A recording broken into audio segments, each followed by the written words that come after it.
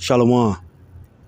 All praises to Yahweh, Ba'ashem, Yahweh Shai, Ba'ashem, Rakar Kodash. Double honors to the apostles, elders, and bishops at Great Millstone. Shalom to the hopeful elect. All right, so this is a book called Confessions of an Economic Hitman that I started reading not too long ago. And the book basically details, all right, the corruption of, this place, man. All right, the wicked dealings that they have amongst the nations, and how these economic hitmen are used to basically manipulate, exploit, and extort all these nations into doing the bidding of America. All right, all the wicked tactics that they use to keep control over the nations, and like I said before, exploit and extort them. All right. Now I'm just gonna read some excerpts out of the preface. All right. Well, first I'm gonna get Psalm 68. Well, pardon me, Psalm 64 and 8. So they shall make their own tongue to fall upon themselves. All that see them shall flee away. All right. And this is what's happening, in many avenues. All right. But as I speak on this book, this is just, their tongue falling upon themselves, man. All right. This is just them, basically, exposing their own wickedness. All right. But I'm going to start. It says, Claudine, which was this guy's boss, Claudine pulled no punches when describing what I would be called upon to do. My job, she said, was to encourage world leaders to become part of a vast network that promotes U.S. commercial interests. In the end, those leaders become ensnared in a web of debt that ensures their loyalty, all right, which is just extortion, all right. They become ensnared in a web of debt. All right, this is how, or one of the tactics that this place uses to have control over the nations. All right, they enslave them in debt, man. All right, Habakkuk 2 and 6, shall not all these take up a parable against him, an atoning proverb against him, and say, woe to him that increaseth woe to him that increaseth that which is not his. How long? And to him that ladeth himself with thick clay. That thick clay is the debt. All right. This is how, or one of the tactics that they use to keep control over these countries. All right. Because if you have them in debt, they're at your mercy. All right. If you have someone in debt, you could, let's say somebody, owe you 100,000, well, instead of paying me the full 100,000, I'll knock off, 50 if y'all do this. I'll knock off, 30 if y'all do this for me. That's how they control these nations, man. Or enslave these nations up under them, okay? I'm going to get it in the NLT. It says, but soon, this is Habakkuk 2 and 6, but soon their captives will taunt them. They will mock them, saying, what sorrow awaits you thieves? Now you will get what you deserve. You've become rich by extortion. But how much longer can this go on? You have become rich by extortion. And that's what this place does. They extort the nations. All right? Through that debt, man. All right? Proverbs 28 and 8. He that by usury and unjust gain increaseth his substance, he shall gather it for him that will pity the poor. All right? This is what Esau does. All right? Usury and unjust gain. All right? That's how he increases, his substance, man. All right, they have a term called ill-gotten gain. That's everything that Esau has is ill-gotten gain. All right, he that by usury and unjust gain, all right, ill-gotten gain, increaseth his substance. All All right, that's how he's built everything that he has, is through, this usury or some type of underhandedness, as it pertains to his dealings with the nations. All right. Uh, Proverbs 28:8. It's the NLT. Income from charging high interest rates will end up in the pocket of someone who is kind to the poor.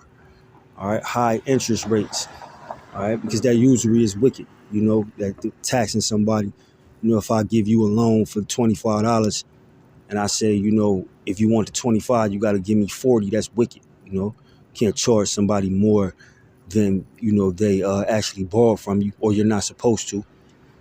Taxes, interest rates, all this weird shit that Esau has within his system, to squeeze a couple extra dollars out of you, man. Taxing the hell out of you. All right. This is, the wicked tactics that he uses amongst the nations. All right. But continuing on in the book, it says we can draw on them whenever we desire to satisfy our political, economic, or military needs.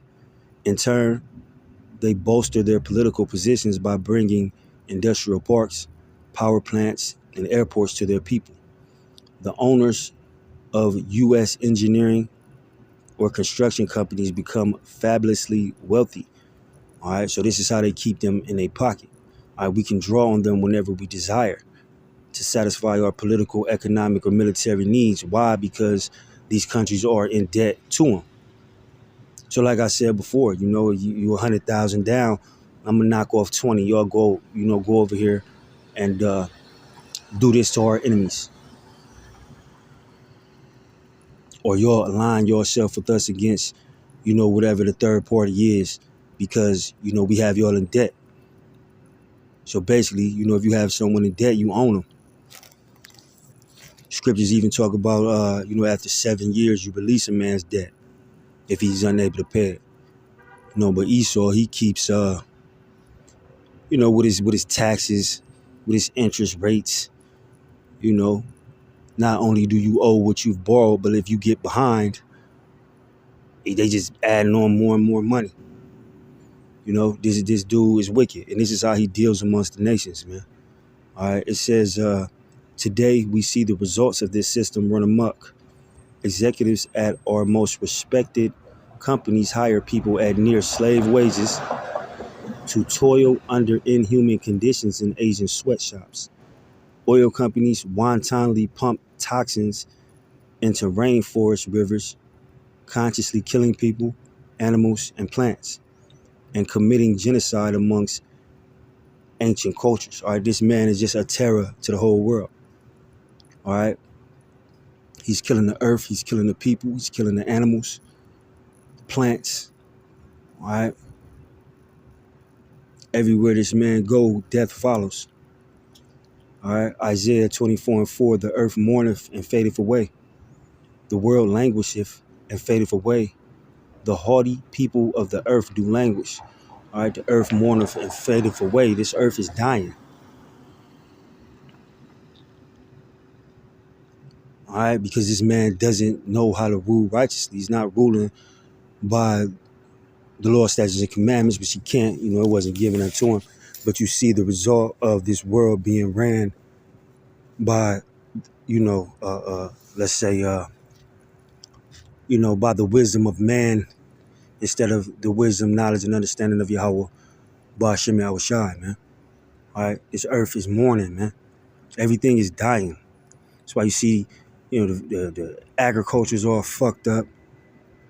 The animals have all these weird diseases, if you've seen that. This man is destroying everything. All right, continuing on in Isaiah 24, this is verse 5. The earth also is defiled under the inhabitants thereof, because they have transgressed the laws, changed the ordinance, broken the everlasting covenant. This earth is defiled. People are defiled. The earth is defiled. The air is defiled. The food is defiled. Everything is slowly but surely dying. So Yahweh, Ba'ashem Yahushai, of course he's going to do something about it. All right, because if not, they would just destroy everything.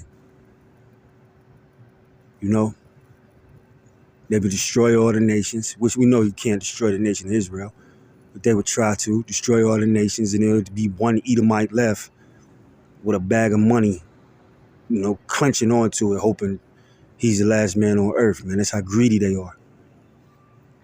All right. Isaiah 14:7, the whole earth is at rest and is quiet. They break forth into singing. All right, this is a future prophecy after this man goes down. All right.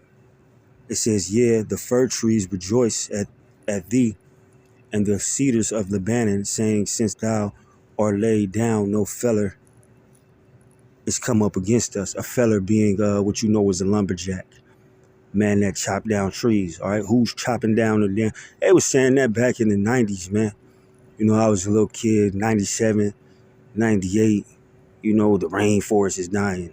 Because this fool's cutting everything down, man. Why would you, and this is how you know he's wicked and stupid, man. Why would you cut down the trees that's giving oxygen, man? I mean, you do, cut down trees to build certain structures. But at this rapid rate, it's just unwise. All right? An unwise king destroyeth his people. All right? This dude is just wicked, man. All right? Continuing on in the book, though, it says the pharmaceutical industry denies life-saving medicines to millions of HIV-infected Africans. 12 million families in our own United States worry about their next meal. The energy industry creates an Enron. The accounting industry creates an Anderson. The income ratio of 1/5 of the world's population in the wealthiest countries to the 1/5 in the poorest went from 30-1 in 1960 to 74-1 in 1995. The United States spends over $87 billion conducting a war in Iraq, while the United Nations estimates that for less than half that amount, we could provide clean water, adequate diets, sanitation services, and basic education to every person on the planet. All right, so for what half of they spend on war, which he mentioned the Iraq war, but this place has been in perpetual war. You can name many wars. All right, but for half of what they spend on, war, they could feed everybody on the planet. There wouldn't be no homelessness. Nobody would be going hungry. All right, people could eat better. Because as far as the food, it depends on your money, how well you can eat. That's why when you go into these ghettos, it's a Save-A-Lot on every corner. Or Dollar General, where it's just nothing but weak-ass food that's going to hurt your body. And our bread is defiled amongst the Gentiles no matter what. But it's a lower level of, all this food is low level, but it's a lower level of the lower level, if you follow me. So this is the shit he's doing. And this is out of their own mouth, man. Their tongue shall fall upon themselves, man. All right. It says, this is Proverbs 22:16. He that oppresseth the poor to increase his riches, and he that giveth to the rich shall surely come to want. All right, that's what Esau does, oppresses the poor to increase his riches, man. All right, even just the point they made about the war. All this money they spend on war. If Esau, which he's selfish and greedy, just like all the nations, but if he had the heart within him to care about the poor, it wouldn't be no homelessness, man. It wouldn't be people going hungry, people not having clothing, people not having, good water to drink, man.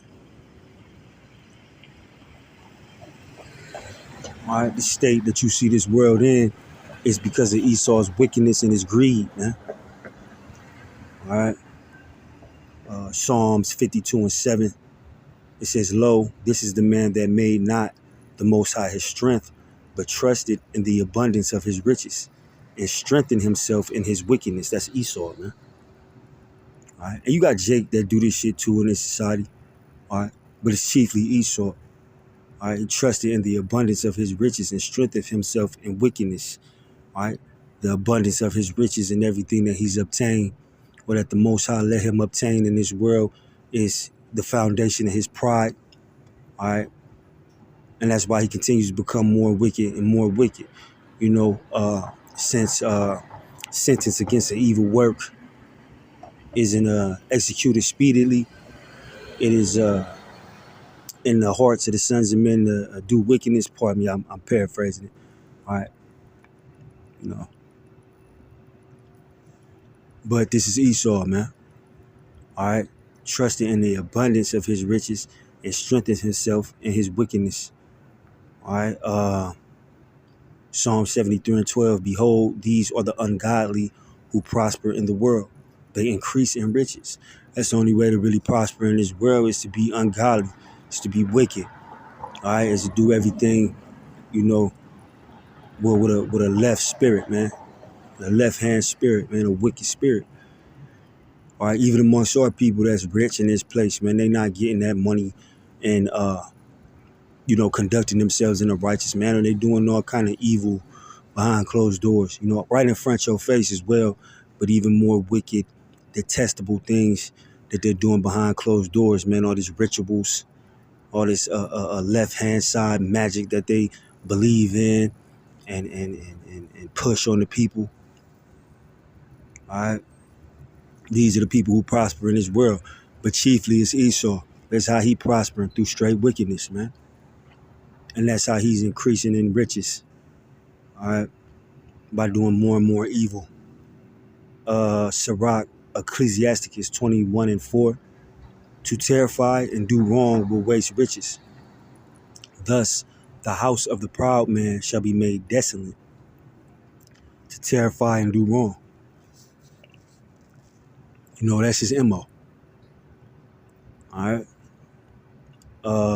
Ecclesiastes 10:8.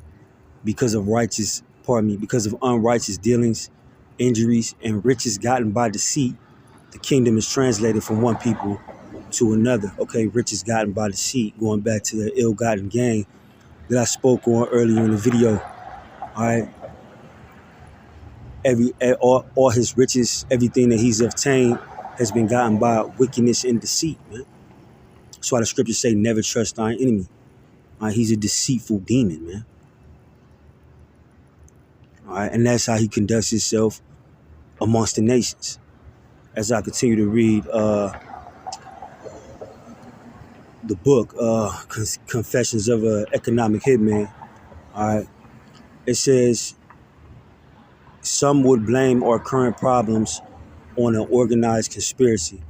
I wish it were so simple. Members of a conspiracy can be rooted out and brought to justice. This system, however, is fueled by something far more dangerous than conspiracy. It is driven not by not a small band of men, but a concept that has become accepted as gospel. The idea that all economic growth benefits humankind,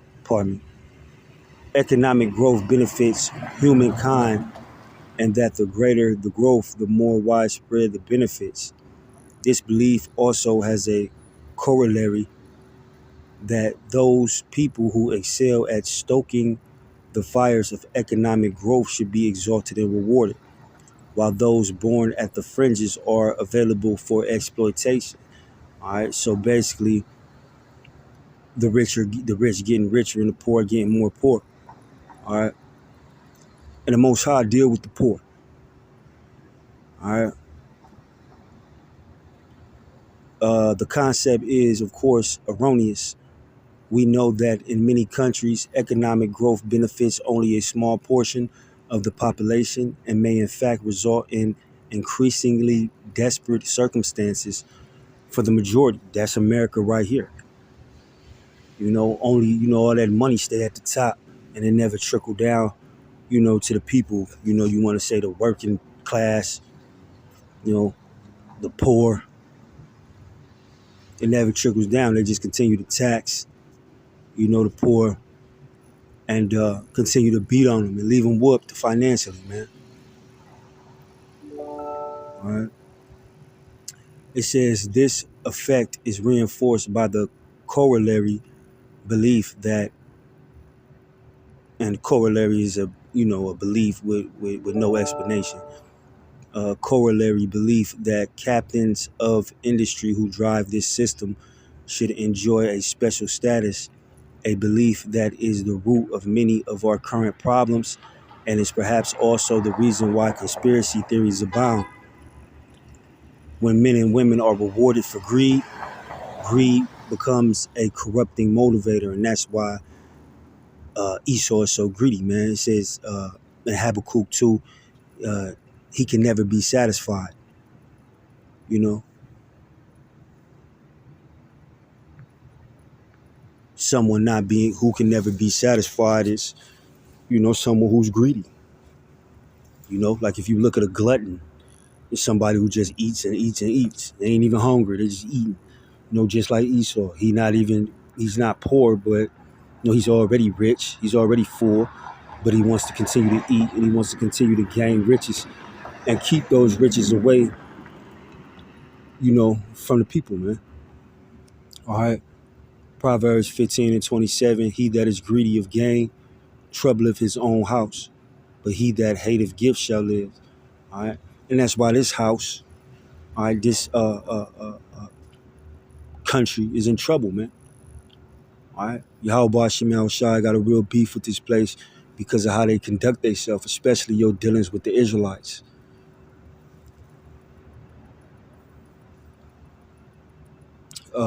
Proverbs 21:26.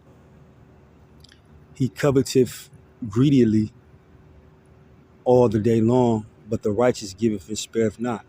He's covetous and greedy. That's why he tries, his covetousness, his jealousy of what he sees other people with.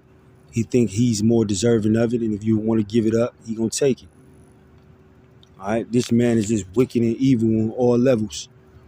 All right, going back to the book though, it says when we equate the gluttonous consumption of the earth's resources with a status approaching sainthood, we teach our children to emulate people who live unbalanced lives. And when we define huge sections of the population as subservient to an elite minority, we ask for trouble. All right. Like I said, the Most High deal with the poor. All right. And this is how they look at us, as subservient to them, that elite minority. All right. The people that really run this place. All right. Says, and we get it in their drive to advance the global empire. Corporations, banks, and governments use their financial and political muscle to ensure that our schools, businesses, and media support both fallacious uh, concept and its corollary. Corollary.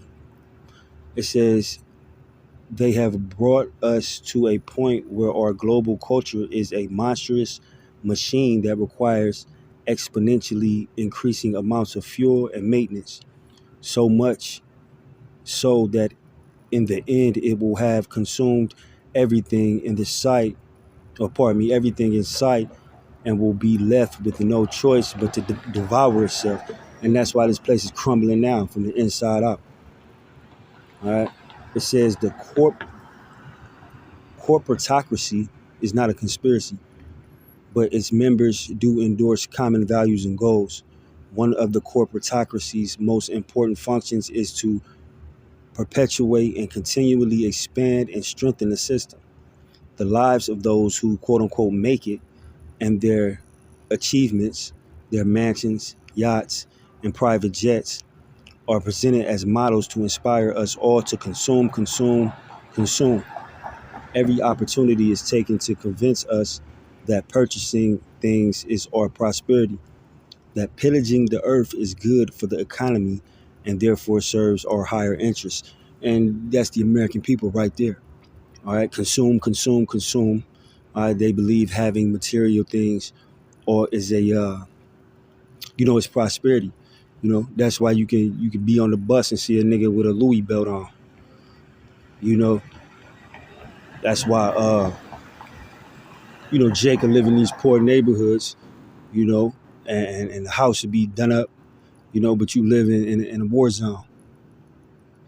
They've convinced you that having material things is more important than the essential things, man. Chiefly Yahweh Bashim Yahweh Shai. All right. And the American people believe that pillaging the earth is good for the economy. All right. The wickedness that they do on this earth, as they go around and dominate and rape, rob, and murder. But the American people root for it. All right. Usually it just takes a small smoke screen in the media, some type of what's the word I'm looking for? Some type of patriotic smoke screen, okay, that gets the people to root for this place no matter what they doing on the eastern part of the world. Or as we speak, the western part of the world as well, as they over there fucking with Venezuela, you know, for the oil. Ain't got nothing to do with no drugs. America love drugs. It's the land of drugs, you know. But it says people like me are paid outrageously high salaries to do the system's bidding. If we falter, a more malicious form of hitman, the jackal, steps to the plate. And if the jackal fails, then the job falls to the military. So when you see the military invading somewhere, or I just know the economic hitman or the jackals have failed. They weren't able to finesse the place. They weren't able to put them in debt. They weren't able to, talk them into doing something that would only be beneficial to this place and not to, said country. And now they bring the military in. So that's what happened over there in Venezuela and every other place that you've seen this country invade. It's always some underhanded shit, man.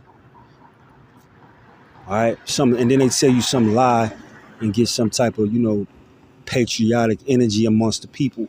Like 9/11. That was an inside job, but the people, yeah, we got to get the terrorists, man. It's the terrorists coming,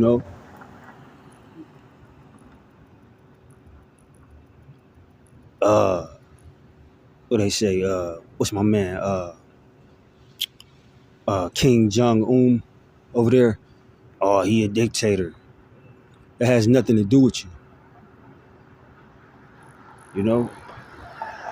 Vladimir Putin is over there bullying Ukraine. You've bullied all the nations.